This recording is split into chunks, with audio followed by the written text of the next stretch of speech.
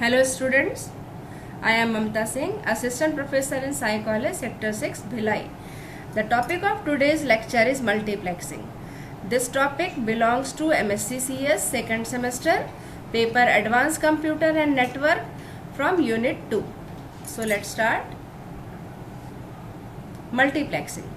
Multiplexing is the technique that allows the simultaneous transmission of multiple signals across a single data link.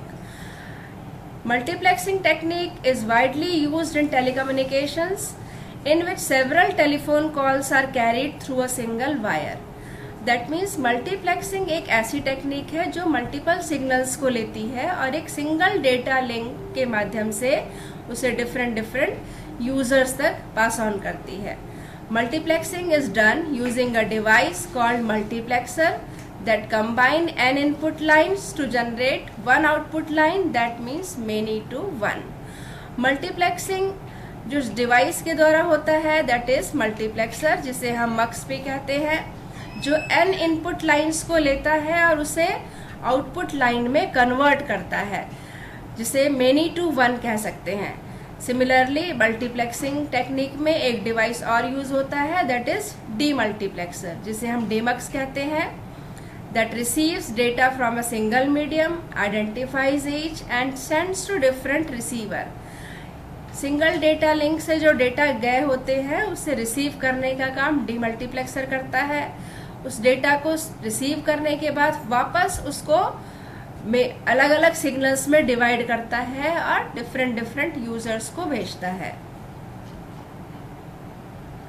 Multiplexer is a device that has multiple inputs and a single line output. ऐसा एक device जिसमें inputs जो होंगे वो multiple होंगे और जो output होगा वो सिंगल लाइन आउटपुट होगा. इस फिगर से हम देख सकते हैं कि 0 to 3 इनपुट्स आ रहे हैं और आउटपुट एक सिंगल लाइन से हो रहा है.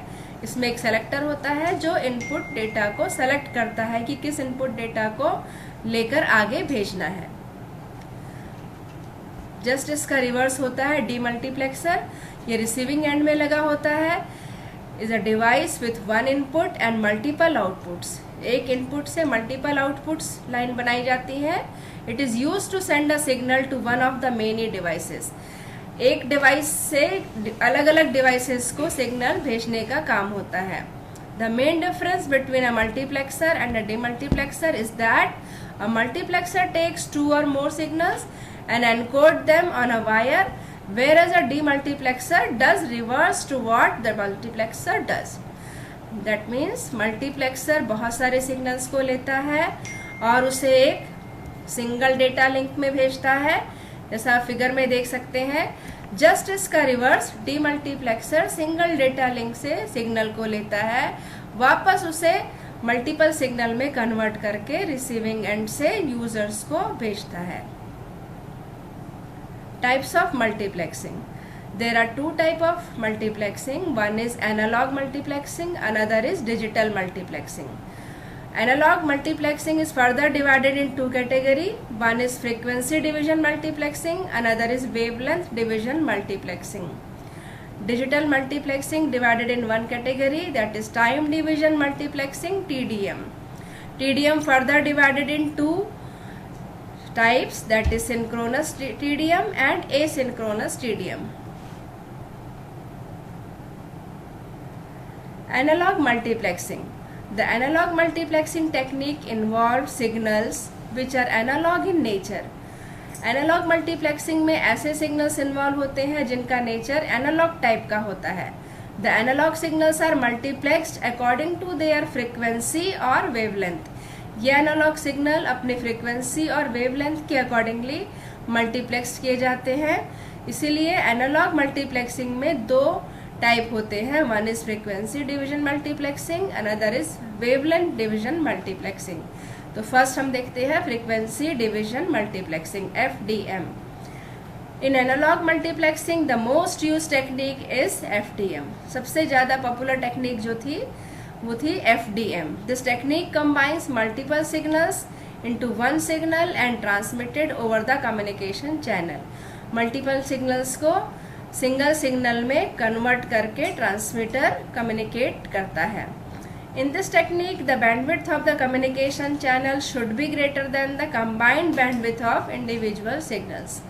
इस टेक्निक में जो इंडिविजुअल सिग्नल्स होते हैं, मान लीजिए अगर उसमें 4 सिग्नल्स आ रहे हैं, तो उन चारों सिग्नल्स का जो बैंडविड्थ है वो कंबाइन रूप से जितना है उस बैंडविड्थ से ज़्यादा बैंडविड्थ होना चाहिए कम्युनिकेशन चैनल का।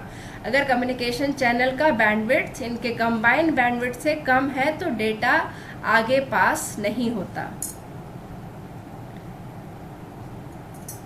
It is an analog technique. In this technique, each logical sub-channel is allotted to each user. हर एक यूज़र को एक लॉजिकल सब चैनल अलॉट कर दिया जाता है। इसे हम कह सकते हैं कि each user owns a sub channel. Each signal is having different frequency. Channels are separated by the stripe of unused bandwidth called guard bands to prevent overlapping, which are unused portion of the spectrum. Channel is allocated even if no data is to be sent. Frequency division multiplexing में हर एक user का अपना एक सब channel हो जाता है और हर एक सिग्नल की फ्रीक्वेंसी डिफरेंट होती है। ये फ्रीक्वेंसी एक दूसरे से अलग सेपरेट होने के लिए कुछ अनयूज बैंडविड्थ का यूज़ करती है। इस अनयूज बैंडविड्थ को हम गार्ड बैंड्स कहते हैं। ये गार्ड बैंड्स बहुत ही इंपॉर्टेंट होते हैं, किन्हीं भी 2 सिग्नल्स के ओवरलैपिंग से डेटा को बचाते हैं। Channel is allocated even if no data is to be send. ये इसमें ऐसा होता है कि अगर डेटा कोई भी सेंड करने के लिए नहीं है तब भी उसके लिए चैनल एलोकेट किया जाता है। हम इसका एक डिसएडवांटेज कह सकते हैं इसको। इस फिगर से हम देख सकते हैं कि signal 1, signal 2 and signal 3 transmitter and से इनपुट डिवाइस 3 इनपुट डिवाइस के द्वारा 3 टाइप के सिग्नल्स आ रहे हैं। ये तीनों सिग्नल्स की कैपेसिटी जो है अलग अलग है। ये मल्टीप्लेक्सर के पास पहुँचे, मल्टीप्लेक्सर ने इसे एक सिंगल डेटा लिंक में कन्वर्ट किया, 3 चैनल्स प्रोवाइड किया, चैनल 1, चैनल 2 एंड चैनल 3। ये तीनों चैनल के जो डेटा हैं, जो सिग्नल्स हैं, आपस में ओवरलैप ना हो इसके लिए गार्ड बैंड सेपरेट करता है इन्हें। जब ये चैनल वापस रिसीविंग एंड में पहुंचते हैं तो डीमल्टीप्लेक्सर सिंगल लिंक को वापस मल्टीपल लिंक में चेंज करता है और डिफरेंट जिस यूज़र के लिए वो डेटा होते हैं उन्हें सेंड कर देता है। ये टोटली जो आपका एफडीएम होता है वो फ्रीक्वेंसी पे बेस्ड होता है। ये सिग्नल्स डिफरेंट फ्रीक्वेंसी को लेकर आते हैं, इसीलिए इसका नाम फ्रीक्वेंसी डिवीजन मल्टीप्लेक्सिंग कहा गया है। Advantages and disadvantages of FDM. Advantages. FDM is used for analog signals. FDM process is very simple and easy modulation. A large number of signals can be sent through an FDM simultaneously. Large number of signals को हम simultaneously भेज सकते हैं. Does not require any synchronization between sender and receiver. Disadvantages देखते हैं इसका. First is FDM technique is used only when low speed channels are required. यह technique का डिसएडवांटेज यह है कि अगर हमें लो स्पीड चैनल रिक्वायर हो तभी इसका यूज़ ज़्यादा एफिशिएंटली होता है. It suffers the problem of crosstalk. A large number of modulators are required. It requires a high bandwidth channel. Application of FDM. There are different types of application of FDM is there. One is frequency division multiplexing is used for FM and AM radio broadcasting. FM is frequency modulator and AM is audio modulator. It is used in first generation cellular telephone. It is used in television broadcasting and is commonly used in TV networks. कई इसके और applications हैं. Next analogue multiplexing का जो topic है, type है बोलना चाहिए, वो है wavelength division multiplexing, WDM. Wavelength division multiplexing is an analog technique in which many data stream of different wavelengths are transmitted in the light spectrum. Wavelength division multiplexing में जो डेटा होते हैं वो डिफरेंट वेवलेंथ के रूप में transmit होते हैं और ये लाइट स्पेक्ट्रम का यूज़ करते हैं। जैसे हमने एफडीएम में देखा था कि डिफरेंट फ्रीक्वेंसी लेते हैं, सिमिलरली इसमें डिफरेंट वेवलेंथ लेते हैं। और हमें पता है कि फ्रीक्वेंसी और वेवलेंथ का जो रिलेशन होता है जस्ट अपोजिट होता है। That means WDM is actually frequency division multiplexing but referencing the wavelength of light as opposed to the frequency of light. If the wavelength increase, the frequency of the signal decreases. जब wavelength बढ़ता है तो frequency कम होता है। It is the most widely used technique for high capacity optical communication system. Optical और light signals are transmitted through optical fiber. FDM और WDM में यह डिफरेंस होता है कि मोस्ट लाइकली तो सेम होते हैं, बट उसके जो बेसिक डिफरेंस ये है कि इसमें वेवलेंथ लिया जाता है, इसमें फाइबर ऑप्टिक्स लिए जाते हैं और लाइट स्पेक्ट्रम का यूज़ किया जाता है। लाइट स्पेक्ट्रम का जो बेनिफिट है वो होता है कि हाई कैपेसिटी वाले ऑप्टिकल कम्युनिकेशन सिस्टम में हम फाइबर ऑप्टिक्स का यूज़ करते हैं। At the transmitter side, multiple optical transmitters with different wavelengths individually send signals and these signals are multiplexed by a wavelength multiplexer. Transmitter side में एक wavelength multiplexer लगा होता है जो डिफरेंट वेवलेंथ वाली सिग्नल्स को कैच करते हैं और उसे मल्टीप्लेक्स करके आगे सिंगल लाइन में भेजते हैं। At the receiver side This composite light signal is broken into different light waves by wavelength demultiplexer and sent to multiple receiver. Receiving end में similarly एक wavelength demultiplexer लगा होता है जो single light signal को लेता है और उसे multiple users को send करता है। This combining and the splitting of light wave is done by prism. Prism bends beam of light based on the angle of incidence and the frequency of light waves. इसमें prism का use किया जाता है light को split करने के लिए और कंबाइन करने के लिए। प्रिज्म का जो बेसिक नेचर होता है उसके अकॉर्डिंगली अगर उसमें एक स्ट्रेट बीम ऑफ लाइट आती है तो उसे बेंड करता है और बेंड लाइट आती है तो उसे स्ट्रेट करता है। WDM कंसेप्ट को हम इस फिगर से देख सकते हैं।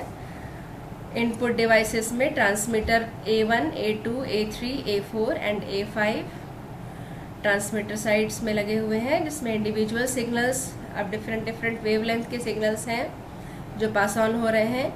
यहाँ एक वेवलेंथ मल्टीप्लेक्सर लगा हुआ है। वेवलेंथ मल्टीप्लेक्सर इन सिग्नल्स को कैरी करता है और एक सिंगल पाथ में मल्टीप्लेक्स्ड रूप में मिक्स सिग्नल के रूप में आगे भेजता है। आगे डीमल्टीप्लेक्सर होता है, वेवलेंथ डीमल्टीप्लेक्सर, जो सिंगल लाइन मिक्स सिग्नल्स को लेता है, वापस उन्हें डीमल्टीप्लेक्स करके डिफरेंट सिग्नल्स में कन्वर्ट कर देता है और रिसीविंग एंड्स में receiver A1, A2, A3, A4 and A5 को भेज देता है। Advantages of WDM: One is full duplex transmission is possible and easier to reconfigure. Second is WDM multiply the effective bandwidth of a fiber optic communication channel. Third is a fiber optic repeater device called the erbium amplifier can make WDM a cost effective and it is the long term solution. इसमें जो fibre optic cable use किया जाता है ये बहुत ही लंबे समय के लिए यूज़ कर सकते हैं, ड्यूरेबल होता है और इसलिए ये कॉस्ट इफेक्टिव होता है। इससे हम कॉस्ट कम मतलब बार बार बदलना नहीं पड़ता, इसीलिए कॉस्ट कम लगती है। This reduces the cost and increases the capacity of the cable to carry data. Optical components are similar and more reliable. Optical जो कंपोनेंट्स होते हैं वो दूसरे कंपोनेंट्स की तुलना में हमेशा ज़्यादा रिलायबल होते हैं। It provides higher bandwidth and optical components and simple and more reliable. This could be the best approach as it is simple to implement. ये implement करने में भी simple होते हैं। It uses light of different colors to create a number of signal path. different color की light use करते हैं जिससे different signal path create हो सकता है। It uses optical prism to separate the different colors at the receiving end, and optical prism does not require power source. यह optical prism का use करता है और ऑप्टिकल प्रिज्म किसी भी पावर सोर्स का यूज नहीं करता. Easier to reconfigure. These system use temperature stabilized laser to provide the needed channel count. Disadvantages of WDM. Light wave carrying WDM are limited to 2-point circuit. इसमें जो light waves रहती हैं वो सीमित होती हैं केवल 2 पॉइंट सर्किट के लिए. Signal cannot be very close. Signal बहुत क्लोज नहीं हो सकते. Cost of the system increases with the addition of optical components. Difficulty in wavelength tuning and difficulty in a cascade topology. Second हमारा जो multiplexing का type है that is digital multiplexing.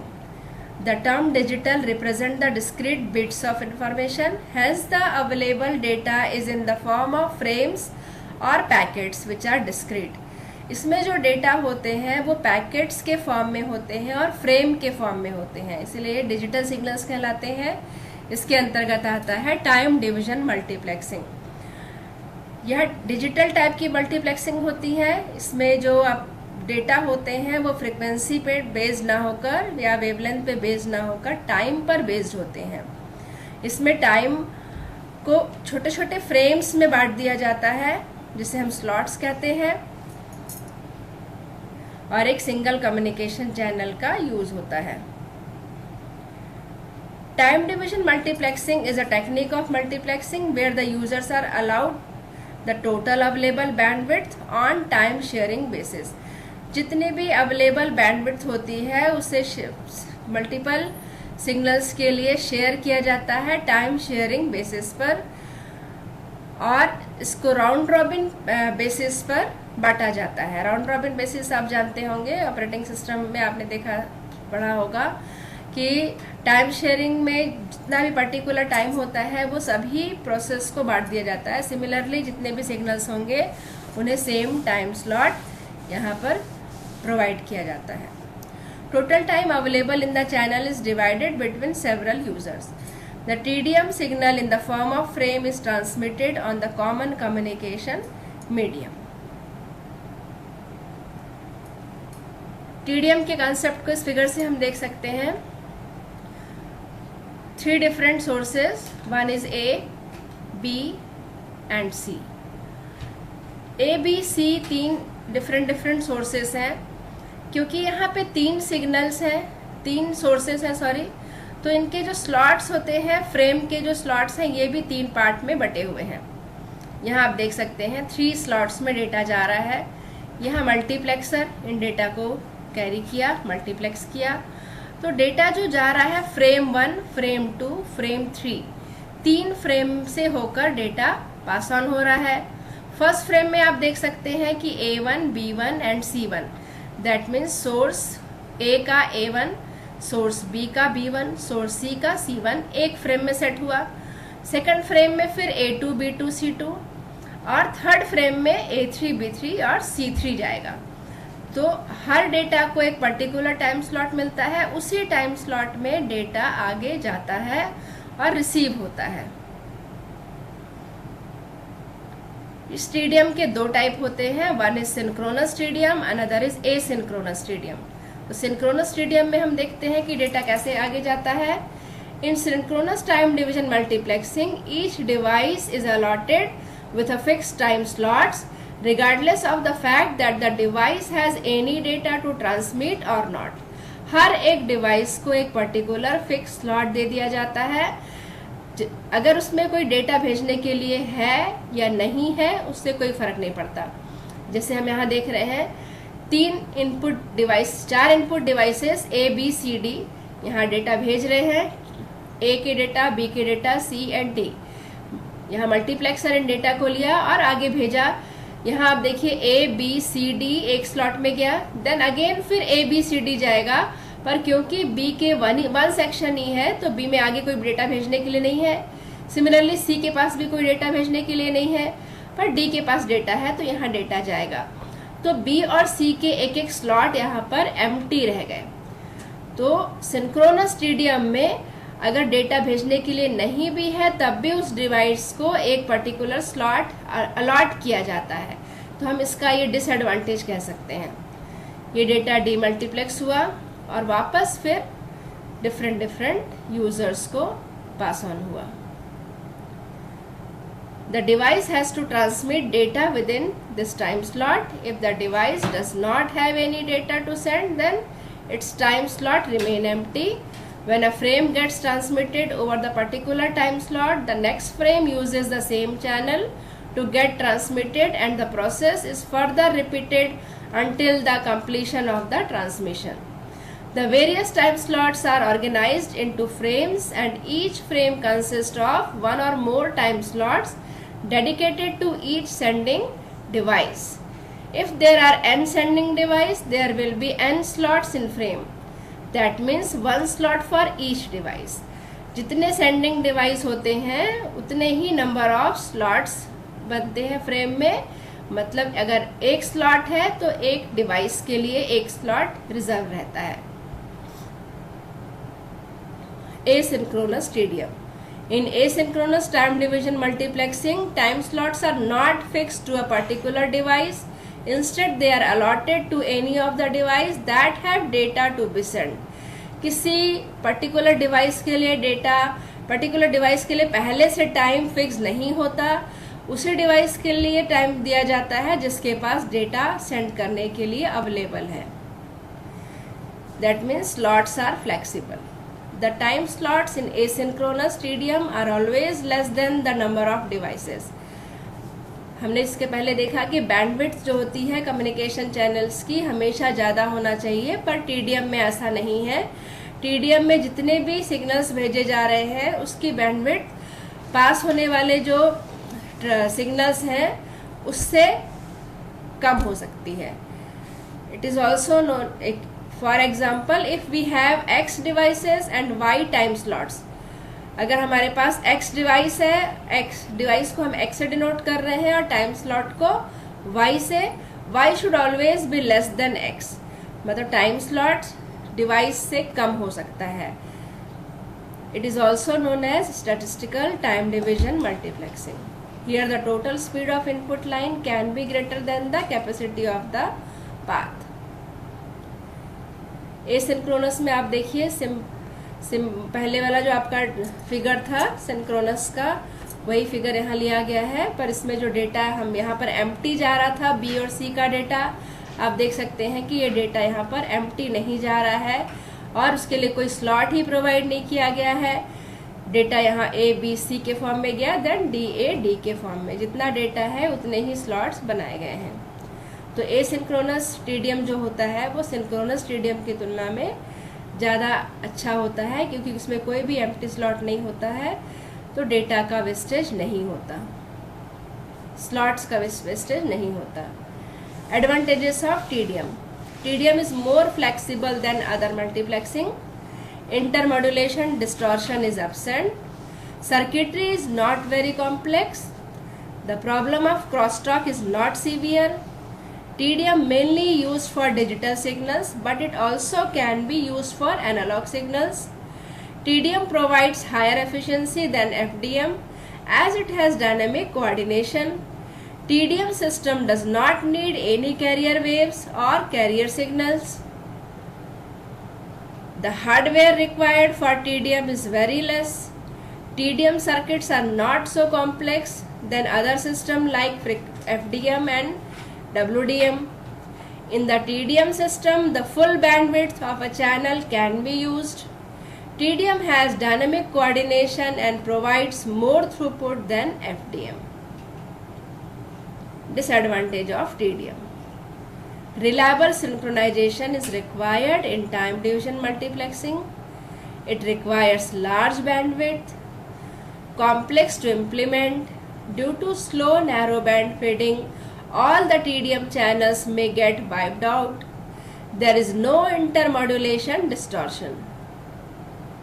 Application: time division multiplexing is used in integrated service digital network ISDN telephone system में इसका use किया जाता है।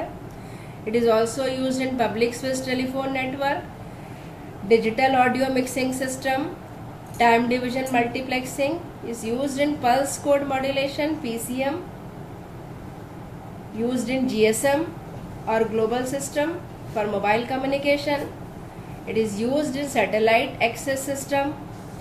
It is used in cellular radio. So students, आज का ये मल्टीप्लेक्सिंग का टॉपिक जो था आज यहीं कवर होता है। इसमें अगर आपको कोई भी क्वेरी है, कुछ पूछना चाहते हैं तो कमेंट सेक्शन में आप उसे लिख सकते हैं। Thank you.